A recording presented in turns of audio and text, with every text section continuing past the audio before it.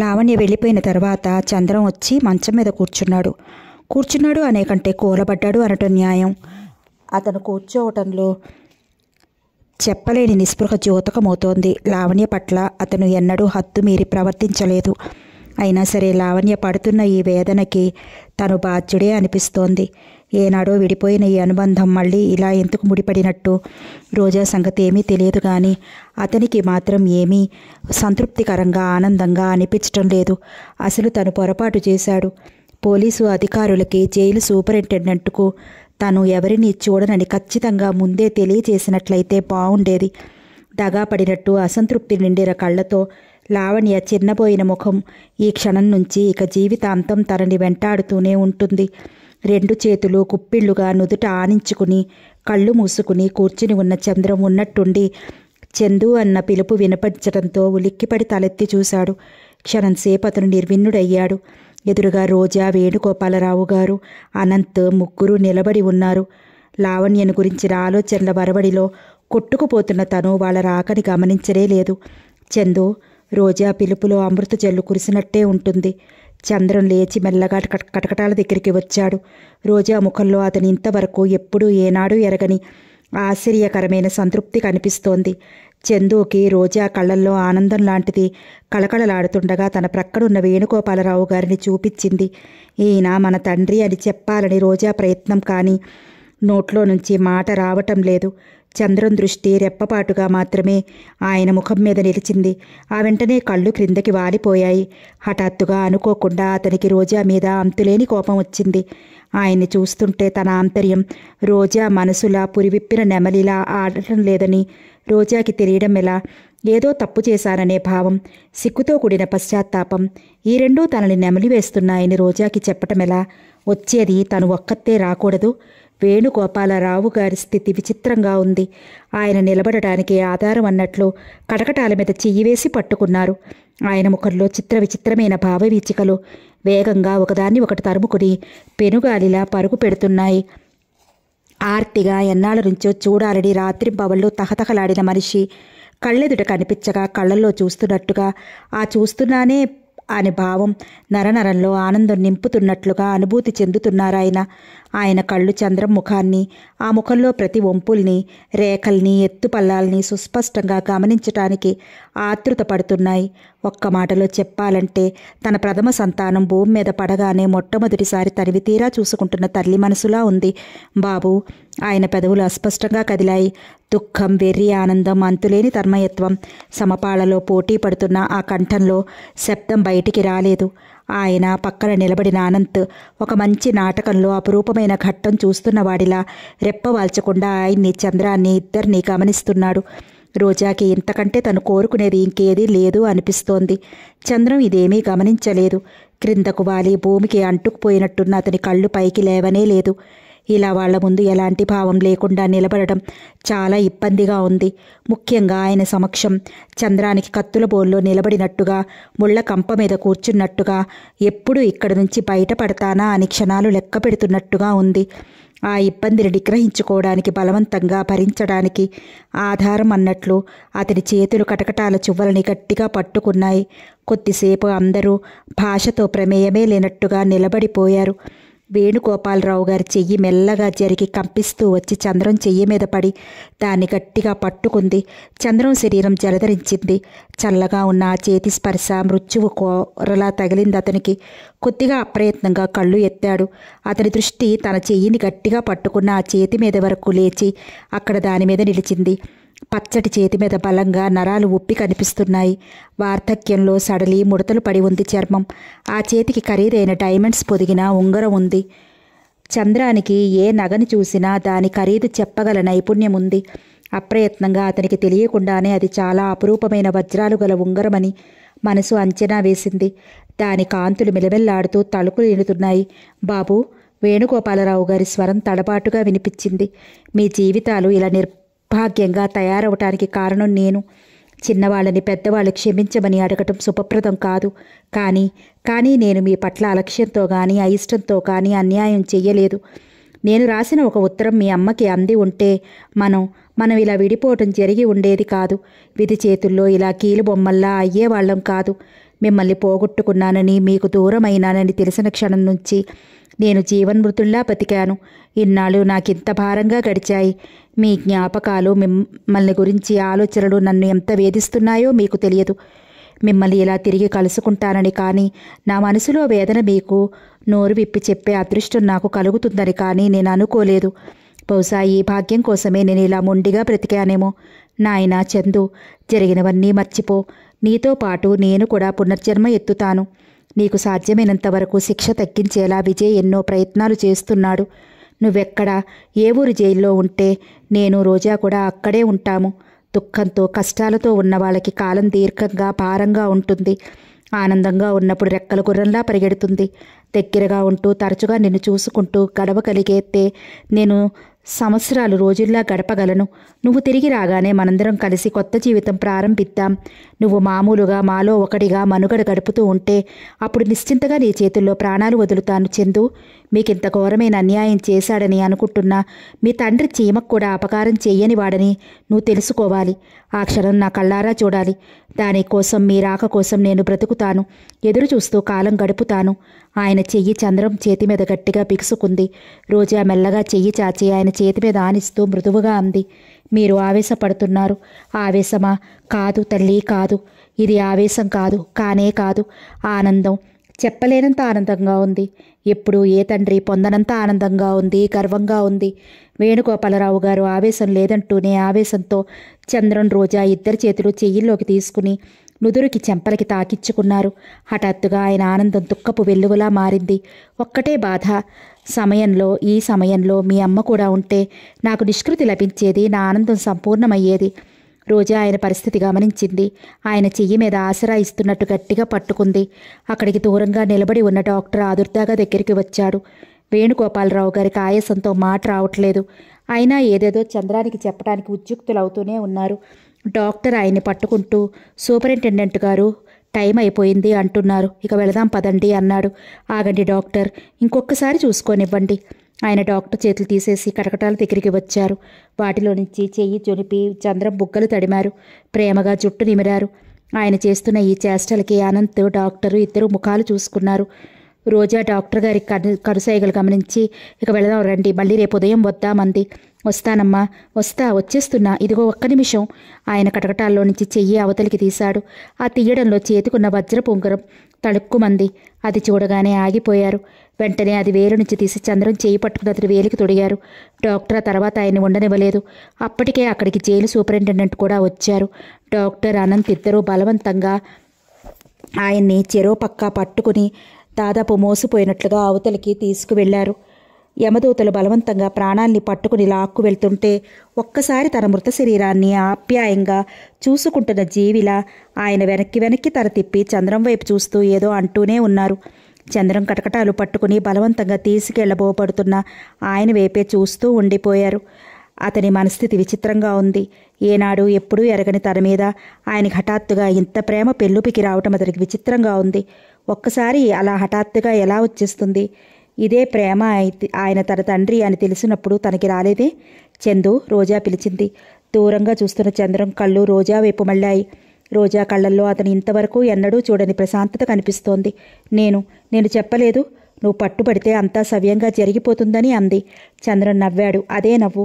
తిరస్కారం, విషాదం, వేదాంతం మిళితమైన నిర్లక్ష్యపు చిరునవ్వు. రోజాకి ఆ నవ్వు చూడగానే కాస్త కోపమే కలిగించింది. నా మాటల్ని నువ్వు ఇంతవరకు ఇంకా నమ్మటం లేదా అంది. నమ్ముతున్నాను, కానీ ఒకటే భయంగా ఉంది. ఏమిటి? నాకు మతిపోతుందేమోనని. రోజా చప్పున కటకటాల్లో చేయి పోనిచ్చి అతని నోరు మూసేసింది. చందు, అలాంటి మాటలు అనకురా, కల్లో కూడా అనకు. ఈ ప్రపంచంలో ఎంతమంది నేరాలు చేయటం లేదు, ఎంతమంది చేయని తప్పులకి శిక్ష పొందటం లేదు. చందు, మనిషి తప్పు చేయటం నేరం కాదు, కానీ అవకాశం వచ్చినప్పుడు ఆ తప్పు సరిదిద్దుకుని పశ్చాత్తాప పడకపోతే ఆ మనిషే కాదు. రోజా, ఒక చిన్న మాట చెప్పు. ఏమిటది? ఆదుర్దాగా అడిగింది రోజా. ఎప్పుడో చెప్పలేను, కానీ నీ దగ్గరికి మేరీ నుంచి కబురు వస్తుంది. ఆ కబురు తెలియగానే మేరీ దగ్గరికి వెళ్తానని నాకు మాట ఇవ్వు. రోజా చంద్రం చేతిలో వెంటనే ఒట్టు వేసింది. మేరీ ఇప్పుడు ఎక్కడుంది నాకు తెలియదు. నేను పట్టుపడ్డానని తెలియగానే ఎక్కడికో పారిపోయి ఉంటుంది. నెలలు నిండుతున్నాయి. ఆ కాస్త అయ్యే వరకు అజ్ఞాతవాసంలో ఉంటుందేమో. బహుశా ఒకవేళ నీ దగ్గరికే వచ్చినా రావచ్చు. అమ్మాయి వస్తే ఆశ్రయం ఇవ్వవే రోజా, నా కోసం. ఆ మాట నువ్వు నాకు వేరే చెప్పాలట్రా? చంద్రం ముఖం క్షణంసేపు పాలిపోయినట్లయింది. రోజా, మేరీ ఒంటరిగా అయితే ఎలాగో అలాగే ఎక్కడో అక్కడ బతికేది. నెల తప్పిందని తెలిసినప్పుడు అబార్షన్ చేయిస్తానంటే ఒప్పుకోలేదు. నాకు సంతానం కావాలని పట్టుపట్టింది. నా ఈ సంతానం వల్ల మేరీ బాధలు పడితే నేను భరించలేను రోజా. చందు అతని చేయి గట్టిగా పట్టుకుని ఆర్ద్రంగా పిలిచింది రోజా. నువ్వు ఆడపిల్లవైతే నీకు తెలిసేది. తను ప్రేమించిన వ్యక్తి ప్రతిరూపానికి ప్రాణం పోయారని స్త్రీ ఎంత తహతహలాడుతుందో మీ మగవాళ్లకు తెలియదు. ఎప్పటికీ తెలుసుకోలేరు. మేరీకి ఏం భయం లేదు. మేరీ నుంచి నాకు కబురు వస్తే రెక్కలు కట్టుకుని ఆ అమ్మాయి దగ్గరికి వెళ్తాను. మేరీకి పుట్టబోయే ఆ సంతానంతో నాకు మాత్రం బాంధవ్యం లేదు చందు. లేదా? రోజా చంద్రం చేతులు గట్టిగా పట్టుకుంటూ అంది. చందు, నువ్వు జైలు నుంచి తిరిగి వచ్చేసరికి నీ కూతురో కొడుకో నీకోసం ఎదురు చూస్తూ ఉంటారు. నేను వాడిని ఎంత జాగ్రత్తగా పెంచి పెద్ద చేస్తానో తెలుసా? నువ్వు ఆశ్చర్యపోతావు. నీ గురించి వాళ్ళకి ఏం చెప్తానో తెలుసా? నువ్వు యుద్ధంలో పనిచేయడానికి వెళ్ళావని, అక్కడ గొప్ప గొప్ప సాహస కృత్యాలు చేస్తున్నావని చెప్తాను. నాన్న ఎప్పుడొస్తాడు, నాన్నని ఎప్పుడు చూస్తాను అని ఆ చిన్నారి మనసు తహతహలాడేలా పెంచుతాను. సరేనా? చంద్రముఖంలో వినిషాదం, నిస్సత్తువ గాలికి ఎగిరిపోయాయి. రోజా చెప్తున్న సుందర దృశ్యాలేవో అతని కళ్ళెదుట కనిపిస్తున్నట్టే ఉంది. రోజా చెయ్యి నొక్కి వదిలేస్తూ, కృతజ్ఞుడినే రోజా. నా ఈ రోజా లాంటి మనిషి ఎంతమంది అన్నదమ్ములకి ఉంటుందే, ఎవరికీ ఉండదు. ఆ అదృష్టం నా ఒక్కడిదే. సరే, నువ్వు చెప్పినట్లు ఈ సుందర స్వప్నాన్ని ఊహించుకుంటూ అందులో బ్రతుకుతూ ఈ జైలు శిక్ష గడిపేస్తాను. అవకాశం దొరికినా పారిపోవాలని చూడను. ఈ జీవితం బాగాలేదని కలలో కూడా విసుక్కోను. జైలు అధికారి అక్కడికొచ్చి టైం అయిపోయిందని తెలియజేశాడు. రోజా తమ్ముడి దగ్గర వీడ్కోలు తీసుకుని వచ్చేసింది. చంద్రం వచ్చి మంచం మీద కూర్చున్నాడు. ఈసారి అతని ముఖంలో నిరాశ నిస్పృహలు తాండవించలేదు. ఏదో ఆశ, ఆనందం ద్యోతకమవుతున్నాయి. అంతే మరి. ఈ ప్రపంచంలో మనిషికి ఆశ అనేది ఉంటే దానికోసం ఎన్ని కష్టాలైనా భరించగలడు, ఎన్ని యుగాలైనా వేచి చూడగలడు. ఆశ అనేది మనిషికి విచిత్రమైన సహనాన్ని ఇస్తుంది. పరధ్యాసగా కూర్చున్న చంద్రానికి చేతిని ఉన్న ఉంగరం మెరుస్తూ కనిపించింది. అతని ఆలోచనలు ఒక్క క్షణం ఆగిపోయాయి. అప్రయత్నంగా ఆ ఉంగరాన్ని వేలి మీద అటు ఇటు తిప్పాడు. వేణుగోపాలరావు గారి మాటలు ప్రతిధ్వనించాయి చెవుల్లో. హఠాత్తుగా అతనికి ఆ పితృహృదయంలో మమత, ఆరాటం అర్థమయ్యాయి. తన కోసం ఆయన వేచి చూస్తానని అనటంలో కల అనుభూతి అర్థమైంది. ఆ ఉంగరం ఇంత క్రితంలో మామూలు డైమండ్ రింగ్గా మాత్రమే కనిపించలేదు. తళతళలాడుతూ కాంతిలేనుతున్న దానిలో తన కోసం తహతహలాడుతూ ఎదురు చూస్తున్న ఆయన నిరీక్షణ కనిపించింది. చంద్రం ఉంగరాన్ని ఆప్యాయంగా తడుముకున్నాడు. చంద్రం కేసు కోర్టులో విచారణ జరుగుతున్నది ఆ రోజునే. ఈ 4-5 రోజుల నుంచి వరుసగా ప్రతిరోజు చంద్రాన్ని గురించిన వివరాలు దినపత్రికలు ఎప్పటికప్పుడు ప్రచురిస్తూ ఉండడంతో నగరమంతా చంద్రం గురించిన సంభాషణే అయిపోయింది.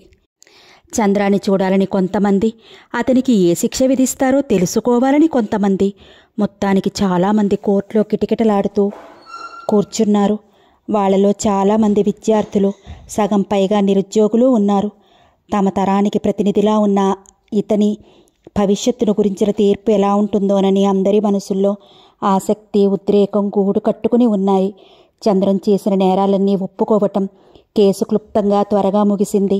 చంద్రం చేసిన ఈ నేరాలు ఎంత భయంకరమైనవో, అవి సమాజపు శాంతి భద్రతలకు ఎంత ముప్పో వివరించిన పబ్లిక్ ప్రాసిక్యూటర్ ఇలాంటి చీడ పురుగుల్ని ప్రభుత్వం నిర్దాక్షిణ్యంగా ఏరి పారేయాలని సూచించాడు. ఆయన పెద్దవాడు, పాతకాలం మనిషి. ఈనాటి యువతరం పట్ల ఆయనకి సదభిప్రాయం లేదు.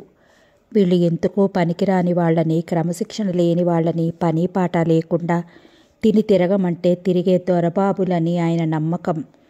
వీళ్ళ షోకులు, వీళ్ళ మోజులు చూస్తే ఆయనకి కలవరం, ఆయనకి కంపరం. అందుకే కఠినమైన చర్య తీసుకోవాలని సూచిస్తూ ఇలా అన్నాడు. అసలు ఈ దేశంలో ఈనాడు ఈ యువతరమే ఇలా ఉంది. ఓ క్రమశిక్షణ లేదు, నీతి నిజాయితీ లేదు, తప్పొప్పుల తులాభారం అసలు లేనే లేదు. ఎంతసేపు సుఖం సుఖం. ఎలాగైనా సరే, ఏ తప్పు చేసి అయినా సరే దర్జాగా బతకాలి, దౌర్జన్యంతోనైనా సరే డాబుగా ఉండాలి. ఈ దేశంలో న్యాయానికి కాళ్ళు చేతులు ఉన్నాయని, అది తప్పు చేసిన వారిని వేటకుక్కలా తరిమి తరిమి పట్టుకుని నిర్దాక్షిణ్యంగా శిక్షిస్తుందని ఎప్పటికప్పుడు రుజువు చేయాలి. ఇలాంటి నేరస్తులని నడి బజారులో నిలబెట్టి శిక్షిస్తే అది మిగతా వాళ్ళకి కనువిప్పు అవుతుందని నా నమ్మకం. అందుకని యువర్ ఆనర్, ఇక్కడ మన కళ్ళెదుట ఈ నిలబడింది చంద్రం అనే యువకుడు కాదు. ఈ దేశంలో సంక్షోభం రేపి అల్లకల్లోలం చేస్తున్న అరాచకపు ప్రతిరూపం. అమాయకపు ప్రజల శాంతి భద్రతలన్నీ నిర్దాక్షిణ్యంగా కబళిస్తున్న సంఘ విద్రోహుల ఛాయ. దానికి సరైన దండన విధించబడాలి.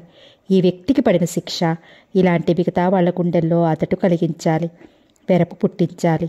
ఎప్పటికైనా మనగతి ఇంతేనేమో అనే కనువిప్పు కలిగించేటట్టుగా ఉండాలి. ఇది నా మనవి. ఈ దేశంలో న్యాయానికి కాళ్ళు చేతులు ఉన్నాయని, అది తప్పు చేసిన వారిని వేటకుక్కలా తరిమి పట్టుకుని నిర్దాక్షిణ్యంగా శిక్షిస్తుందని ఎప్పటికప్పుడు రుజువు చేయాలి. ఇలాంటి నేరస్తులని నడిబజారులో నిలబెట్టి శిక్షిస్తే అది మిగతా వాళ్ళకి కనువిప్పు అవుతుందని నా నమ్మకం.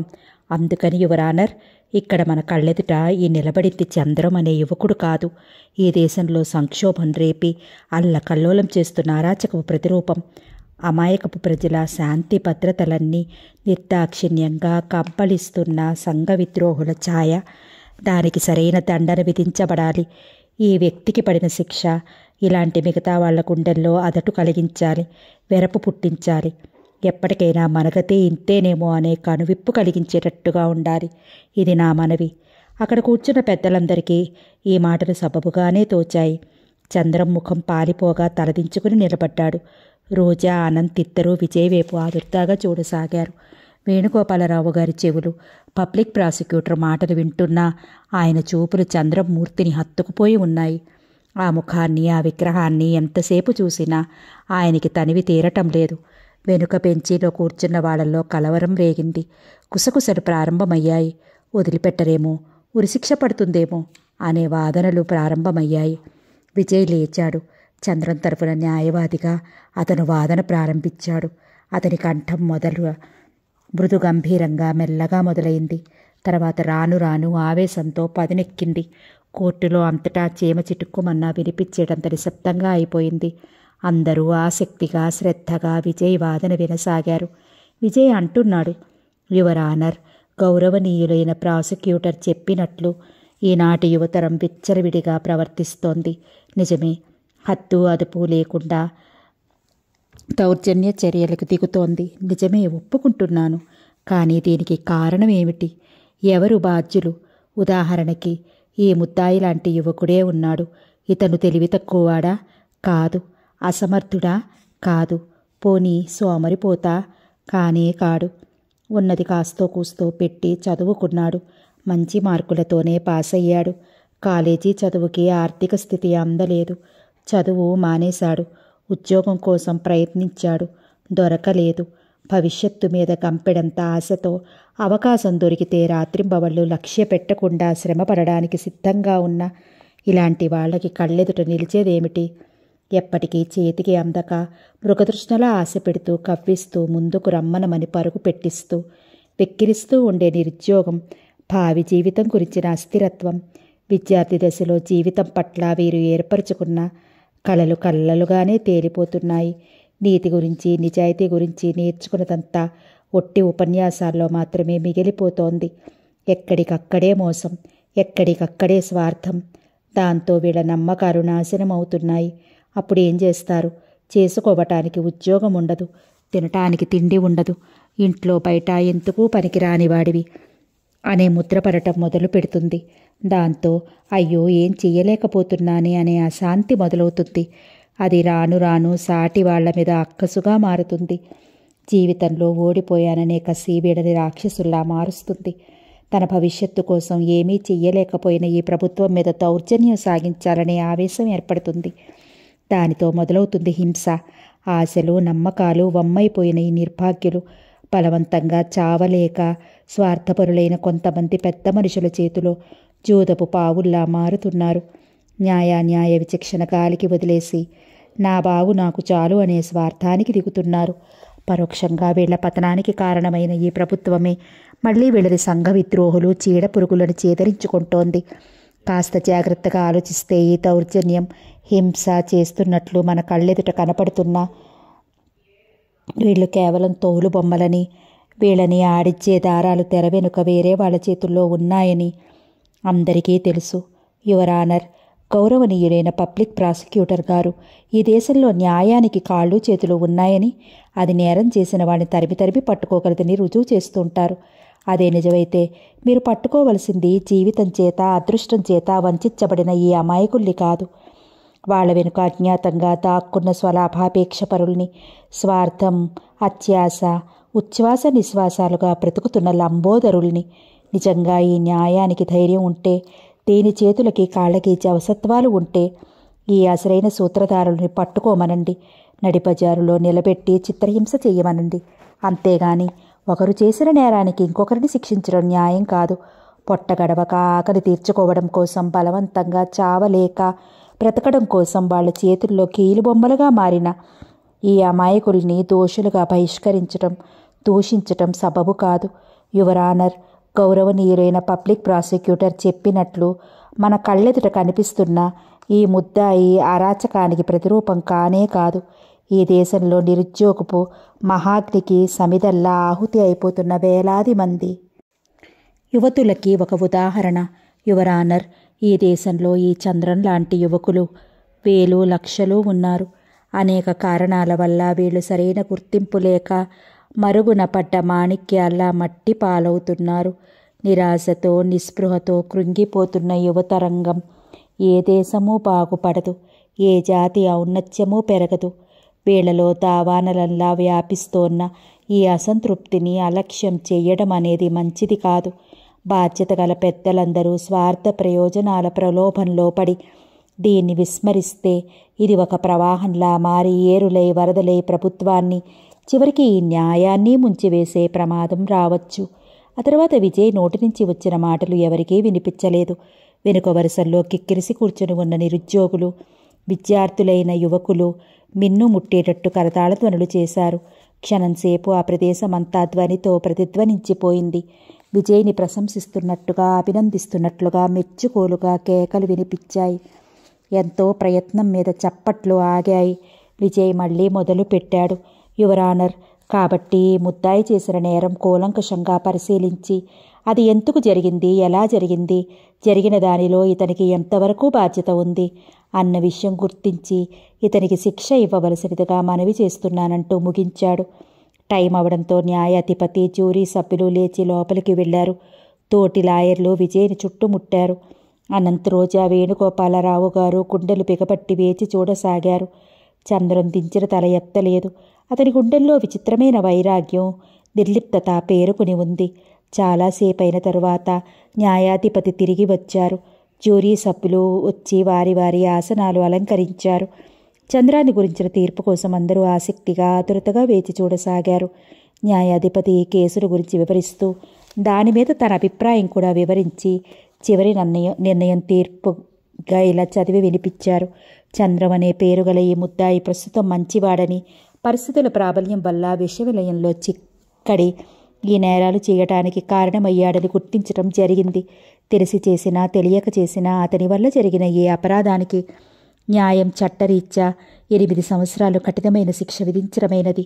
న్యాయం విశాల హృదయంతో ఇచ్చిన ఈ అవకాశాన్ని ముద్దాయి సద్వినియోగపరుచుకుని మళ్ళీ మంచి మనిషిగా మారి ఈ సంఘంలోకి తిరిగి రావాలని కోరుతున్నాము. అతను సంఘం పట్ల, దేశం పట్ల బాధ్యత గల పౌరుడుగా తన ధర్మాన్ని నిర్వర్తిస్తాడని నమ్ముతున్నాం. చంద్రం చివ్వున తలెత్తి చూశాడు. రోజా కళ్ళల్లో అప్రయత్నంగా నీళ్లు తిరిగాయి. వేణుగోపాలరావు గారి ముఖంలో ఆనందం ఉక్కిరిబిక్కిరవుతూ కనిపించింది. విజయ్ గుండెల మీద నుంచి పెద్ద బరువు దింపుతున్నట్టుగా చూశాడు. ప్రేక్షకుల్లో రకరకాల వ్యాఖ్యానాలు మొదలయ్యాయి. అంతా కలగా పులకంగా వినిపించాయి. జడ్జి, జ్యూరీ సభ్యులు లేచి వెళ్ళిపోయారు. చంద్రాన్ని పోలీసులు వ్యాన్ దగ్గరికి తీసుకువెళ్లారు. వేణుగోపాలరావు గారు, రోజా, విజయ్, అనంత్ అతడి దగ్గరగా వచ్చారు. వేణుగోపాలరావు గారు హఠాత్తుగా చేతులు చాచి చంద్రం తలడు దగ్గరికి లాక్కుని గుండెలకి హత్తుకున్నారు. బాబు, ఎంత అదృష్టవంతులం! భగవంతుడు మనని ఇంత కనికరిస్తాడని అనుకోలేదు. ఈ అదృష్టం నాది. వెర్రిగా ఏదేదో అంటున్నారాయన. పోలీసులు ఎంతో కష్టం మీద ఆయన్ని చంద్రం నుంచి విడదీసి దూరంగా ఉంచారు. ముందుకు వెళ్లబోతున్న చంద్రం విజయ్ దగ్గర ఒక్క క్షణం ఆగాడు. విజయ్, మీ రుణం. టక్కుత్తికతో అతని నోటి నుండి ఆ పైన మాట రాలేదు. విజయ్ చెయ్యి చంద్ర భుజం మీద పడింది. ఎంతో ఆప్యాయంగా పలకరించి, చందు, ఇందులో నేను చేసింది ఏమీ లేదు. చంద్రం కళ్ళు రోజా వైపు తిరిగాయి. అతని ముఖంలో చాలా కాలం తర్వాత విరక్తి లేని చిరునవ్వు మెదిలింది. ఆ కళ్ళల్లో ఏదో ఆశ, ఆనందం తళుక్కుమన్నాయి. రోజా, నువ్వు సృష్టించిన కలలో నేను 8 సంవత్సరాలు 8 క్షణాల్లో గడపడానికి ప్రయత్నిస్తా. తప్పకుండా చందు, వాగ్దానం ఇస్తున్నట్లుగా అంది. పోలీసులు చంద్రాన్ని ముందుకు నడవమని హెచ్చరించారు. చంద్రం 4 అడుగులు వేశాడో లేదో ఎదురుగా ప్రవాహంలా వచ్చిన జనం గుంపులా అతన్ని చుట్టుముట్టేశారు. పోలీసులు వాళ్ళు చెదరగొట్టడానికి ప్రయత్నించసాగారు. మమ్మల్ని అతన్ని చూడనివ్వండి, కొద్దిసేపు అతన్ని ఇక్కడ ఉండనివ్వండి. జనంలో కేకలు వినిపించాయి. పోలీసులు వాళ్ళ మాటలు లక్ష్య పెట్టలేదు. అడ్డుగా వచ్చిన వాళ్ళను బలవంతంగా అవతలికి నెట్టేశారు. అవతలికి తొయ్యబడిన 4-5 ముందుకు కెరటంలా చొచ్చుకు వచ్చారు. పోలీసులకి జనానికి గలాట జరుగుతుండగానే ఉన్నట్టుండి ఎవరో స్మోక్ బాంబ్ విసిరారు. హఠాత్తుగా అక్కడంతా నల్లగా దట్టంగా పొగ వలయాలు వలయాలుగా పైకి లేచింది. ఆ పొగలో చిక్కిపోయిన జనం అంతా ఒక్క క్షణం ఉక్కిరిపిక్కిరైపోయారు. జనంలో హాహాకారాలు వినిపించాయి. అంతా తొక్కిసలాట జరిగింది. కంగారుగా అరవటం, కేకలు పెట్టడం వినిపించింది. కొద్దిసేపైన తర్వాత నల్లటి పొగ మెల్లగా అంతమైంది. నిజమైన మంచులో నుంచి బయటపడినట్లు ఊపిరి పీల్చారంతా. జనం భయపడిన వాళ్ళలా అక్కడి నుంచి దూరంగా వెళ్ళిపోవటానికి ప్రయత్నించసాగారు. పోలీసులు వాళ్ళని చెదరగొడుతున్నారు. పొగ పూర్తిగా పోయింది. అందరి ముఖాలు స్పష్టంగా కనిపిస్తున్నాయి. పొగ పోగానే కనిపించిన దృశ్యం చూసి అందరూ స్తంభించిపోయారు. చేతులకి బేడీలు ఉన్న చంద్రం మోకాళ్ల మీద నేల మీదకి ఒరిగిపోయి ఉన్నాడు. అతని తల ముందుకు వాలిపోయి ఉంది. వెన్నులో బలంగా 2-3 కత్తిపోట్లు ఉన్నాయి. మోకాళ్ల మీద మోకరిల్లినట్లు కిందకి ఒరిగిపోయిన అతని వెన్ను నుండి రక్తం నీడలా కిందకి జారి ధారలు కడుతోంది. ఆ ధార కారిన చోట ఎర్రమడుగులా అయిపోతోంది. అందరూ చేష్టలు ఉడికిపోయినట్లు నిలబడిపోయారు. ఎర్రటి ఆ రక్తం చూడగానే ప్రతి వాళ్ళు కళ్ళు చెదిరిపోతున్నాయి. పోలీసులు గాబరాగా అటూ ఇటూ పరిగెత్తారు. క్షణంలో ఈ వార్త తెలియగానే ఆ చుట్టుపక్కల ఉన్న వాళ్ళంతా అక్కడ కొమ్ముగూడారు. గుంపు దగ్గరవటంతో ఆ జనం తొక్కిసలాటలో కాస్త దూరమైన విజయ్, అనంత్ వాళ్ళు ఈ కేకలు వినగానే చంద్రానికి దగ్గరగా పరిగెత్తుకొచ్చారు. చంద్రాన్ని ఎత్తి అక్కడున్న బల్ల మీద పడుకోబెట్టారు. ఎవరో డాక్టర్ని పిలవండి త్వరగా అని అరిచారు. పోలీసుల్లో ఒకతను డాక్టర్కి ఫోన్ చేయడానికి పరిగెత్తాడు. విజయ్ గుంపును బలంగా చేతులతో నెట్టి దోవ చేసుకుని చంద్రం దగ్గరికి వెళ్ళాడు. చంద్రం కళ్ళల్లో అప్పటికే చూపు స్థిరం తప్పిపోతోంది. విజయ్ నోటి వెంబడి వచ్చిన పిలుపు వినగానే ఏదో ఆధారం దొరికినట్లు ఆశగా ఆ శబ్దం వచ్చిన వైపు తిరిగాయి. పేడీలు తగిలించి ఉన్న చేతులు జంటగా పైకి లేచి అతని స్పర్శ కోసం అన్నట్లు శూన్యంలో తడుముతున్నాయి. విజయ్ చప్పున తన చేతులతో ఆ చేతుల్ని పట్టుకున్నాడు. శరీరంలో అణువణువులో ఉన్న శక్తి హరించుకుపోతుంటే దాన్ని కూడా తీసుకుంటున్నట్లుగా చంద్రం పళ్ళ బిగువున అన్నాడు. విజయ్, ఇది వాళ్ళ పనే, నేను చెప్పలా? కానీ నాకు బ్రతకాలని ఉంది. మంచివాడుగా, మామూలు మనిషిగా కొద్ది రోజులు నన్ను బ్రతకనివ్వండి. నాకు ప్రాణం పోయండి విజయ్. నాకు బ్రతకాలని ఉంది. నాకు ప్రాణం పోయండి. ఆర్తనాదంలా మొదలైన అతని మాటలు కొనకు ఊపిరితో దీర్ఘశ్వాస తీసుకుంటున్నట్లు అంతమైనాయి. ఇంతలో డాక్టర్ రానే వచ్చాడు. అతడు పరుగులాంటి నడకతో చంద్రాన్ని సమీపించాడు. అప్పటికే అంతా అయిపోయింది. విజయ్ చేతుల్లో ఉన్న చంద్రం చేతులిక నాకు ఎవరి అవసరమూ లేదన్నట్లుగా నిర్జీవంగా వేలాడిపోయాయి. డాక్టర్ చంద్రం మృతుడయ్యాడని, ఇక లాభం లేదని చెప్పగానే వేణుగోపాలరావు గారు ఒక్కసారిగా ఆయన దగ్గరికి వచ్చారు. దాదాపు ఆయన కాలు పట్టుకున్నంత పనిచేశారు. ఏడుస్తూ అన్నారు, డాక్టర్, ఆ మాట అనకండి. ఆ మాట మాత్రం అనొద్దు. ఈ ప్రపంచంలో ఉన్న రక్తమంతా పోగు చేయండి. ఎంత ఖరీదైనా సరే, కానీ వాడి శరీరంలో ఎక్కించండి. వాడిని ఎలాగైనా సరే బ్రతికించండి డాక్టర్. ఎలాగైనా సరే కొని వాడి శరీరంలో ఎక్కించండి. వాడిలో జీవం తెప్పించండి. మీకు పుణ్యం ఉంటుంది. వాడిలో ప్రాణం లేదని మాత్రం చెప్పకండి డాక్టర్. మృదువుగా ఆయన చేతుల్ని పక్కకు పెట్టాడు. వేణుగోపాలరావు గారికి గుండెలు బద్దలైపోతుందేమో అన్నంత ఆవేదన అలుముకుంది. ఆయన వెనక్కు తిరిగి చంద్రం దగ్గరకు వచ్చారు. బెంచి మీద కూర్చుని చంద్రాన్ని ఎత్తి ఒళ్ళోకి తీసుకున్నారు. తల్లి అడ్డాలో చిన్న పిల్లని పెట్టుకున్నట్లుగా అతని పొదవి పట్టుకున్నారు. ఇది ఏనాటి రుణంరా నాయనా? నీ రక్తమంతా ధారపోసి నన్నెందుకు బ్రతికించావు? ఇంత క్రితమేగా నా అంత అదృష్టవంతుడు లేదనుకున్నాను. నీకోసం నేనేమి చేయలేనా బాబు? నేనెలా బతికించుకోగలనంటూ బతిప్రపించిన మనిషిలా అతని నుదుటి మీద చెంపల మీద తడుముతూ ఒళ్ళంతా ముద్దులు పెట్టసాగారు. రోజా చంద్రం మీద పడి చిన్నపిల్లలా రోధించసాగింది. అనంత్ రోజా భుజాలు పట్టి లేవదీశాడు. అతన్ని చూడగానే రోజా బావురుమంది. అనంత్, కాస్తలో మా దృష్టాలు నమ్మకాలు ఎంత తారుమారు అయిపోయాయి. పాపిష్టిదాన్ని. నేనే వాడికి పట్టుబడమని ప్రోత్సహించాను. ప్రాణాలు తోడాను. వాడు మొదటి నుంచి భయపడుతూనే ఉన్నాడు. అనంత్, నేనే వాడిని బలవంతంగా చంపాను. నా మూలంగానే చచ్చిపోయాడు. విజయ్ చంద్రం వైపు చూస్తూ నిశ్చేష్టుడైనట్లు ఇంకా అలాగే నిలబడిపోయాడు. విజయ్, నన్ను బ్రతికించండి. నాకు బ్రతకాలని ఉంది. నాకు ప్రాణం పోయండి. చంద్రం కంఠం ఆర్తనాదంలా అతని చెవుల్లో ఇంకా గింగురుమంటూనే ఉంది. ఆ ఒక్క కంఠం వినక అతనికి ఇంకేమీ వినిపించడం లేదు. స్తబ్దుడైనట్టు నిలబడిపోయాడు. సాయంత్రం వేళ అస్తమిస్తున్న అరుణబింబపు ఎరుపు జగమంతా ఆవరించుకుంటున్న సమయంలో ఊరికి కాస్త పక్కగా శ్మశానంలో పగపగ మండుతూ ఉంది చితి. నాలుకలు చాచి పైకి సర్పాల్లా లేచి పుసలు కొడుతున్న ఆ మహాగ్నిలో చంద్రం దేహం మెల్లమెల్లగా ఐక్యమైపోతోంది. ఆ రోజు అతని పుట్టినరోజు కావటం ఒక విశేషం. 21 సంవత్సరాల నుండి 22వ ఏట అడుగు పెడుతున్న యువకుడు. స్ఫురద్రూపి అయిన అతని శరీరం చాలా రుచిగా ఉన్నట్లు, ఆ భోజనంతో ఆనందంతో ఆ మంటలు నాట్యం చేస్తున్నట్లున్నాయి. విజయ్ ఆనంద్ ఇద్దరూ అక్కడికి కొద్ది దూరంలో నిలబడి మండుతున్న చితివైపు తదేకంగా చూస్తున్నారు. దూరంగా గోపాలం మరో 2 వ్యక్తులు కూర్చుని ఉన్నారు. వేణుగోపాలరావు గారు కదలటానికి వీలేదని డాక్టర్ గట్టిగా చెప్పడంతో చంద్రం అంత్యక్రియలు విజయ్ పూర్తి చేయాల్సి వచ్చింది. అనంత్ అన్నాడు. విజయ్, బుద్ధిప్రాదమైన జీవితం కోసమేనా మనిషి ఇంత ఎగిరెగిరి పడేది? అల్పమైన ఈ నీటి బుడగలాంటి బ్రతుకు కోసమేనా ఇంత ఆరాటం? శ్మశాన వైరాగ్యం అంటారు, ఇదే కాబోల్రా అనంత్. కాదు విజయ్, కాదు. ఇలాంటి సంఘటనలు 1-2 చూస్తే చాలు. బ్రతకటంలో మాయ పొరగా ఏర్పడిన భ్రమలన్నీ తొలగిపోతాయి. మనసు మరుభూమిగా మారి ఈ శ్మశాన వైరాగ్యం శాశ్వతంగా నిలిచిపోతుంది. అనంత్ అంటున్న మాటలు విజయ్ చెవులకి ఎక్కటం లేదు. అతను కళ్ళెత్తి దిగంతాల వరకు చూశాడు.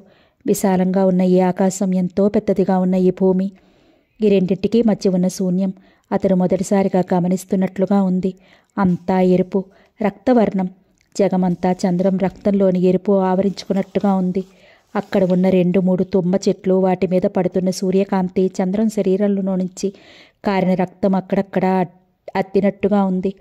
ఆ ఎరుపులో నుంచి ప్రతిధ్వనిస్తోంది చంద్రం కంఠం. విజయ్, నాకు బ్రతకాలని ఉంది. నన్ను బ్రతికించండి. నాకు ప్రాణం పోయండి. నాకు బ్రతకాలని ఉంది.